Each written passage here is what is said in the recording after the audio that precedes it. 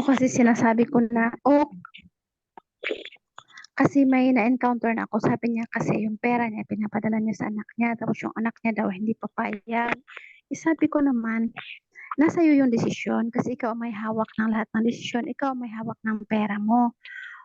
Bakit ka doon papayag na kung aayaw sila, bakit kailangan mo pa magpaalam sa kanila? Ikaw naman ikaw na nga yung gumagawa ng paraan. 'Di ba? Kasi lang lahat naman ng 'yon para sa ikabubuti ninyo. So bakit ka pa kailangan magpapaalam sa kanya? Pera mo 'yun. Ikaw ang nagsikap, ikaw ang nag-ano para kung saan mo ilalagay yung pera mo. Kailangan wag ka nang magpaalam sa kanila kasi talagang hindi nila hindi sila kasi nga hindi nila alam yung business mo. Ikaw nakakaalam kaya ikaw yung gumawa ng desisyon para sa ikabubuti mo, para sa ikabubuti ng pamilya mo or para sa ikabubuti ninyo, 'di ba po? 'Yun lang Okay, po. thank you, Coach. Ayan, no, marami kasi tayong mga kakausap na ganyan. Sinasabi din natin na pwede ka naman magpaalam pero pag no sila, tumuloy ka pa rin kasi para sa pamilya mo naman to. Kasi marami din, Mm. pero marami kaming leader na alam nilang magno-no yung pamilya nila, kaya sila talaga, hindi nila pinapadala dun sa pamilya nila. Sa amin nila pinapadala, and Oo. then, papadalhan na lang namin yung pamilya nila. Gets? Oo, Para, tama kasi, 'yun. kasi pag pinadala po nila buo dun sa pamilya nila, hindi po nakakarating sa amin yung amount. So, pag kami, yung pinadalahan, pag pinadala namin sa family nila, kung magkano yung gusto nila, yun yung nakakarating. Gets? And then yun nga, hindi naman nasa partner mo yung pagbabago ng buhay, kundi sa opportunity natin. And sila din naman talaga lahat makikinabang ng kikitain mo dito. Pag nawala din naman tayo, sila din magmamana. Pwede ka magpaalam as a sign of respect, pero kung hindi sila papayag, kailangan ikaw yung captain ng buhay mo. Alam natin may care sila, pero Ikaw ang kailangan mag-decide. na, ano, kung alam mo na wala naman tutulong sa'yo para magbigay sa'yo ng magandang bahay, magandang buhay, makapag-travel, magandang ipon, mapatapos lahat ng anak mo kahit di ka na nag-a-abroad, huwag ka nang makinig sa mga tao na yun. Makinig ka muna sa mga mentor mo na kahit hindi ka kakilala, is tutulungan ka umasenso. Kaysa naman yung kakilala mo, tapos magnuno kung ano-ano sasabihin, tapos at the end of the day, pag kailangan mo ng tulong, wala naman silang maibibigay, wala naman din silang maitutulong sa'yo. Tama? Next, hindi ko linya. Tama. Tama. Paano pag hindi ko linya, kautsala? Anong sasabihin? Hindi ko linya. Oo, gamitin mo yung 3 of 4. Yung, Naiintindihan kita. Kasi ganyan din ako oo, dati. Pero alam ko, yun, yung naiintindihan kita, kasi ganyan din ako dati, hindi ko rin linya, pero sinusubukan ko na ilinya. Paano mo Linyahin. paano mo masabi na maganda yung kung hindi mo subukan, di ba? Di wow. ba yung pag-abroad, hindi naman Mm. natin linya yung pag-abroad, pero sinubukan din natin yung abroad. Naging linya na natin. Wow, tama. O, galing ka, galing ka. Yes, Para naman correct. sa atin yun lahat eh. Yes. Kapag Altang mga atin ka sa Zoom, ha? Okay, Coach. Coach Evangeline, pag sinabing ay scam yan, ayoko mag-join, anong sasabihin? 3F rule, gamitin mo tong yan 3F ang rule. karamihan. Naiintindihan kita kasi ganyan din ako dati pero nalaman ko na.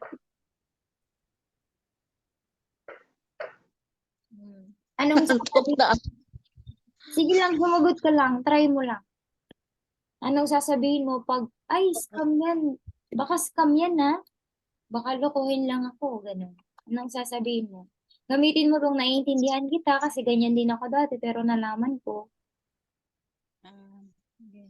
Naiintindihan kita na ganyan din ako dati, pero sinubukan ko para malaman mo kung ano talagang totoo.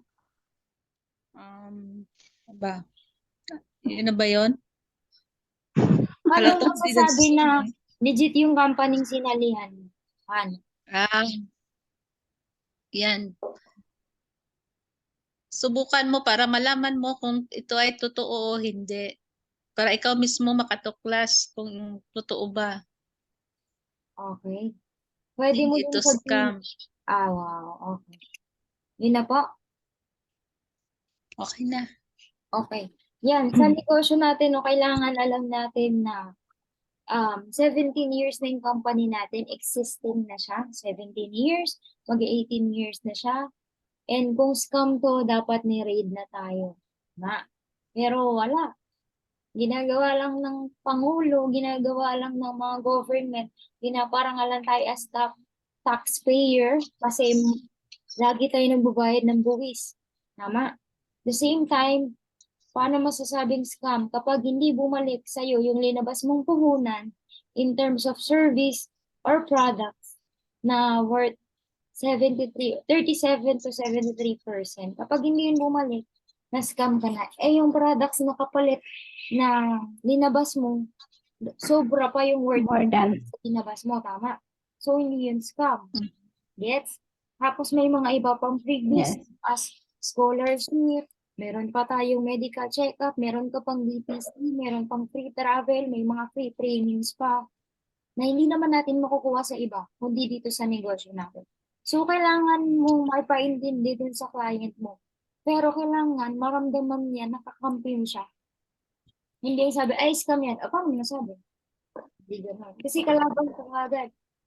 Paano mo nasabing scam? Ganyan, ganito. Hindi, dapat. Ay, kala ko nga din dati na ano yung scam to eh. Pero, tinignan ko talaga siya. Tapos, tinignan ko yung timeline ng mentor ko kung may nagko-comment ng, ay, scam ka, ganyan, ganito. Kasi mabilis lang tayo mahira sa Facebook. Onting comment lang po ng isang tao. Di ba? Madugtungan yun ng marami. Wala na, sira na kagad yung pangalan natin. Kaya kailangan natin maipakita sa tao natin yung transparency na legit and hindi tayo scam. Kasi may mga iba dyan, di ba? Makikita mo talaga kinukomentan kasi mali yung mga nagagawa.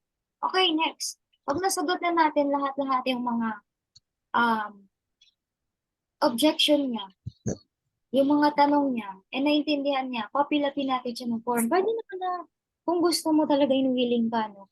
Para makasimula ka na sa negosyo, mag-fill up ka ng form para matulungan ka ng mentor namin. Mabilhan ka na ng package and masimulan mo yung negosyo natin aralin.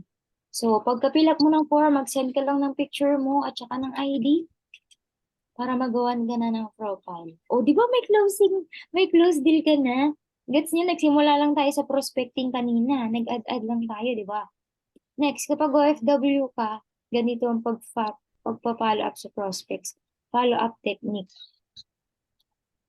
Ayan, pwede mo pag nag-post ka ng mga cheque, ng mga, ito yung mga pinopost natin, ng attractions. Pag full-timers ka or OFW ka, pwede ka mag-post na ito. Cheque ng OFW, posting na nakapag-for good na, inspiring videos, daily activities, yung mga production sa office yan. Yung pagkain na kinain mo, i-post mo yan, tara kain tayo. Attractions, ganyan, yung mga selfie mo, i-post mo, tapos itatag mo po yung tao na yon, yung OFW na kausap mo, itatag mo siya. Bakit? Kahit hindi mo siya i-message ng kailan ka mag-join, as long as tinatag mo, matatandaan niya, si Evangeline, may negosyo pala kaming gagawin. Si Sala. Pag halimbawa po, nag-post, may sinend ka na picture, tuwing gumigising ka, kailangan nag-gratitude ka, tama? 10 gratitude. Next, kailangan nagsiselfie ka. Send mo sa GC natin, parang aga-aga, uy, ang ganda ni Coach, Mary Lisa, ang ganda ni Coach Leticia. So, kagad, umaga pa lang, maganda na yung vibes mo. Tama? Then, dagdagan mo pa yun ng motivational quotes. Pwede mo rin yun i-post sa Facebook. E di, ang ganda ng araw mo kagad. Tapos, isend mo sa kanya, ay, kain tayo, Coach. Kain tayo, Parts. Halimbawa, kapag umalis kayo ng among ito, nandito kami nag-alaga ng bata, ikaw, kamusta, anong ginagawa mo? Kahit hindi mo siya i-push ang negosyo natin as long as ini-message mo siya, kinakamusta mo siya, na hindi ginagawa palagi ng pamilya niya. Makukuha mo yung puso niya, na hindi ka lang para sa pera niya, kundi loyal ka talaga na hanggang dulo tutulungan mo siya. Kasi pag maramdaman ka po ng leader na ganun, no? Ganun yung intention mo. Yun talaga yung goal mo, mararamdaman ka kasi niya. Okay? Yung tipong sinabi niya, magpapadala ako ng gantong araw, tapos lumipas yung mga araw, ay, 3 days bago yung sinabi niyang date na magpapadala siya, i-follow up muna siya niya. Hello coach, kamusta? Magpapadala pala ako kay mentor. Sabay ka na po. Sabi niya, ganitong araw pa ako magpapadala. Eh di alam mo na. Next naman, pag nagpadala sila mentor, pwede mo din ipang-follow up yun sa kanya. Then kapag lumipas yung mga araw na sinabi niyang mag-join siya tapos hindi niya nagawa, kailangan tanungin mo, hello coach, ano palang problema? Ano pong nangyari sa plano natin? Kapag yung kausap mo, na-OPP mo na lahat-lahat, ganyan ganito. Di ba, usually pag na-OPP mo na, na-share mo, hindi ka na pinapansin. Tama ba? Tama? Pero tatanungin mo, hello coach, nag-aalala kasi ako sa'yo, hindi ka nakakapag-reply. Okay ka lang ba dyan? Kailangan maramdaman ka ng tao. Tsaka siya magre-reply. Tsaka mo uli siya makukuha. Ay, wala kasi akong oras eh. Okay lang, pwede mo to gawin ng 30 minutes to 1 hour sa free time mo. O kaya, ay ano kasi, busy pa ako eh. Okay, sabihin niya busy ako. Ano palang oras ka free? Gets? Kailangan, yun yung makukuha mo. Yun yung sasabihin mo sa tao para makukuha mo yung sagot niya. Kasi kahit anong push mo, tawagan mo siya ng gantong oras, kung hindi nga siya available, nandun yung amo niya, hindi nga siya makakasagot. Tama? Then wala akong pera. Lahat tayo walang pera, pero may mga leader kami. Nagsanla lang ng ATM, si Mentor Precious Joy ngayon kumita ng 5 milyon. Si Mentor Adrian, wala po siyang pera. Pero nangutang sa Bombay, pangatlong Bombay na pautang siya. May mga leader tayo na nag-a-advance sa mga amo nila. Gumagawa ng paraan para maka-join. May mga iba hinahati ng kanilang income, kanilang sahod. Yung iba, para makapag-multiple, nagsasanla ng mga lupa na hindi naman nila ginagamit. Bakit? Yung iba nagsasanla ng baka, nagsasanla ng bahay. Binibenta yung kanilang mga animals. Bakit? Kasi ang goal nila, pag kumita sila dito, mababalik, makukuha lang din naman nila yung sinanlan nila. Yung binenta nila. Negosyo po yung pinapasok natin, tama? Kapag nakita mo to na worth it na negosyo to, I'm sure, gagawa mo ng paraan, makapag-multiple, maka-join ka agad. And pag once na positive ka, magugulat ka na lang, hala, bakit ka pala nagpadala, coach? Kamo sa susunod ka pa mag-join. Kasi may bigla ang pera na dumating sa akin, kaya pinanjoin ko na lang. Hindi mo pinipilit, pero dumarating yung biyaya bigla. Tama? Kasi yung utak mo, ako pinagdadasal ko palagi ako ng gratitude note. Everyday yan. Thank you sa pagising sa akin, sa healing sa family ko, sa blessings. Thank you sa mga taong ibibigay sa akin. Ngayong araw na to, mga close deal ko. Thank you sa pay-ins and resibo na darating ngayong araw na to. Pag ganun ka kagad, positive kagad yung utak mo. Thank you, healthy yung family ko, yung anak ko, yung pag-aaral nila ayos naman dun. Pag thankful ka kaagad, kahit anong rejection, kahit anong napagdadaanan mo, di ba? Makikita mo kaagad na, sobrang daming blessings sa mga nangyayaring challenge sa akin. So, yun yung ipagpapasalamat ko. Tama ba? Tama, coach? So, yun kagad. Kung ano, sabi nga, be careful. Sabi dito meron, wait lang. Tama. Tama yun. Ito, meron dito, anong tawag? Verse, ayan. Above all, be careful what you think because your thoughts control your life. Proverbs 4:23. So, kung ano pala yung iniisip mo, yun pala yung nangyayari, yun pala yung nagiging buhay mo. So, anong gagawin mo ngayon? Simula ngayon. Lahat ng isipin mo positive, lahat ng mangyayari sa'yo, tingnan mo, ano ba yung tinuturo sa akin ito? Ano ba yung magandang lesson dito sa nangyayari sa akin? Ano yung dapat kong i-improve? Lord, tulungan mo ko ano yung dapat kong gagawin. Ano yung dapat kong sasabihin sa tao na to. Ganun. Kasi hindi mo kaya yun kapag ikaw lang mag-isa. Kaya ka nga may mentor, kaya ka nga gumagawa ng GC para tulungan ka ng mentor mo. Kaya ka nagdadasal, kaya ka nagpapatulong sa anong sasabihin mo dun sa client na kausap mo, lalo kung hindi mo alam. Diba? Para i-guide ka kaagad. So, lahat yun, mangyayari po yun. So, I hope na naintindihan niyo yung modified Facebook marketing. Naintindihan niyo naman? I-apply natin yan. And next na meeting Yes, natin, next na meeting natin, ang magta-topic na ay si Coach. Tan-tan-tanan. Wala, baka busy ako Bigla Alam mo naman yung time ko. wala pa nga eh. Wala pa nga eh. Na-attract lang na busy ka. Ano? Mga busy ka talaga. May time kasi na may darating na bisita ganitong oras. Minsan kasi wala ako Okay lang talaga. yan. Tuesday naman yun ya. Okay. Anong topic natin next? Neko. Okay, Neko yung next natin na topic. Ang magta-topic ay si Coach Evangeline. Ako, Diyos ko po. Ang mag-host ay si Coach Sala, kaya hindi pwedeng mawala si Coach Sala. And then next na Tama. magta-topic nun si Coach Mary Lisa. Coach Evangeline, tama yun kasi nung nasa abroad ako, ganun ginawa ni Jade sa akin. Yes, sila po ang ginagawa namin, pinapag-record namin sila ng topic nila. Oh, Video. video sila parang buong sila doon. Kausap na yung Facebook, cellphone, ganyan. Tapos din ko, tapos ipopost. So ngayon, since nakailang attenda kayo ng NECO, mag-ECAP, ng mga system, kailangan, hindi lang yung umattend ka. Kailangan anong natutunan. Mamaster mo yan, Coach. Kung may mga Matuto ilang ka. NECO pa tayong pagdadaanan, sa mamaya may NECO, mamayang 11 p.m.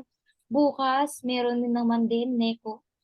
And next Tuesday pa tayo magta-topic. And ngayong Friday, meron tayong malupitang, dating construction worker. Tama ba? Basta, yun yung trabaho niya sa Pilipinas lang. And then nga pala, this coming 23, pupunta kami, oh wow, sa yate. Wow. Free lang yun. Congrats. Free lang po ni Ultimax. And gagawin lang talaga natin na i-hit natin yung step by step, yung 5K, 10K, 20K para ma-hit natin. Ito pala, wait lang, meron pala akong yan. Ito. Kita niyo yung game plan na sinasabi. Ito. Ano ba yung goal natin? Siyempre, maging millionaire circle. Tama ba? Wala. Ayan. Maging millionaire circle, maging OFW, go home for good, makapag-travel, kasama yung family, local and international. I-snap nyo po to, screenshot nyo para magagamit mo yun. Daily ito yung gagawin mo. Step 1, magsulat ka ng gratitude 10 araw-araw para hindi ka agad problema yung problema na naman. Kasi nakita mo, chinat ka ng anak mo. Chinat ka ng asawa mo. Tama? So, para hindi ganun yung mangyayari, ito yung gagawin mo. Next. Ayan. Magpo-posting ka, 5 kada isang araw. Selfie mo, motivational quotes, pagkain, funny jokes, and then cheque or success story na pinost namin. I-copy mo lang yun, i-save mo yung picture, din i-post mo din. Next. Add 50. Pwedeng sa TikTok, sa Facebook, sa Oppo, pwedeng sa Neatmatch, pwede sa kung saan-saan. Diba? Basta, sabihin mo lang sa akin kung naka-download ka na ng mga app na sinabi ko, tapos bibigyan kita ng script. Okay? Then next, attend daily ng webinar. Meron tayong 7 p.m., meron tayong 10, meron tayong 11, meron tayong 3 a.m. Tuwing Tuesday, meron tayong 3 a.m. and tuwing Friday, meron tayong 10 p.m. Next, meron tayong, reply ka sa GC. Di ba pag na-good morning ako, kailangan ikaw din nagre-reply ka. Kasi kung anong ginagawa mo ngayon, gagayahin ka ng leader mo. Magugulat ka, ba't hindi po nagre-reply yung leader ko? Kasi ganyan ka din. Baka hindi ka din nagre-reply. Nakita mo na may na-good morning. Anong gagawin mo? May nakita ka na nag-gratitude. Anong gagawin mo? Mag-gratitude ka din. May nakita ka nag-post ng motivation, mag-post ka din. Mag-send ka din ng picture, di ba? Ganun lang. Bawal ang scene mode sa mga GC. Tama? Next, mag-refer ka ng 12 clients sa amin, sa akin, kay Mentor Adrian, kay Coach Leticia, kay Mentor PJ. Kailangan mo yan araw-arawin. Bakit? Kasi pag masipag ka, bibigyan ka ng tamang tao. Tandaan mo, ang negosyo natin, numbers game. Ano yung numbers game, Coach?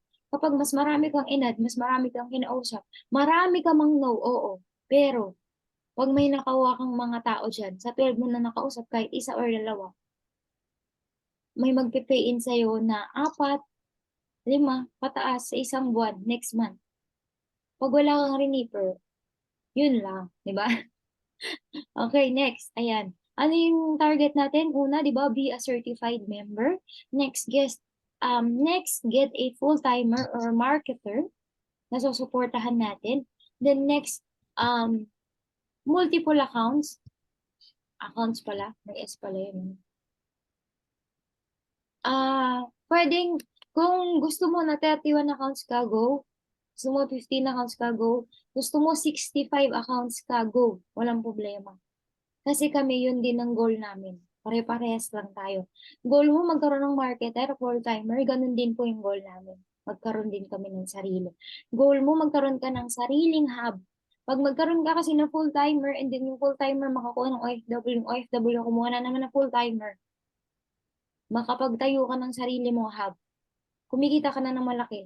Yun, pwede ka na umuwi. Gets? And then, ayan, i-hit mo lang yung 10K, 20K, 30K, 40K, 50K, hanggang 100K. Pag inad mo po yan lahat, no, pumapatak ng 1 million. Ang tinatrack ni Ultimax at saka ni Millionaires, kung malapit ka na ba sa million na hinihit mo. So, yun yung goal natin. Okay, so yun lang. Thank you. Maraming salamat.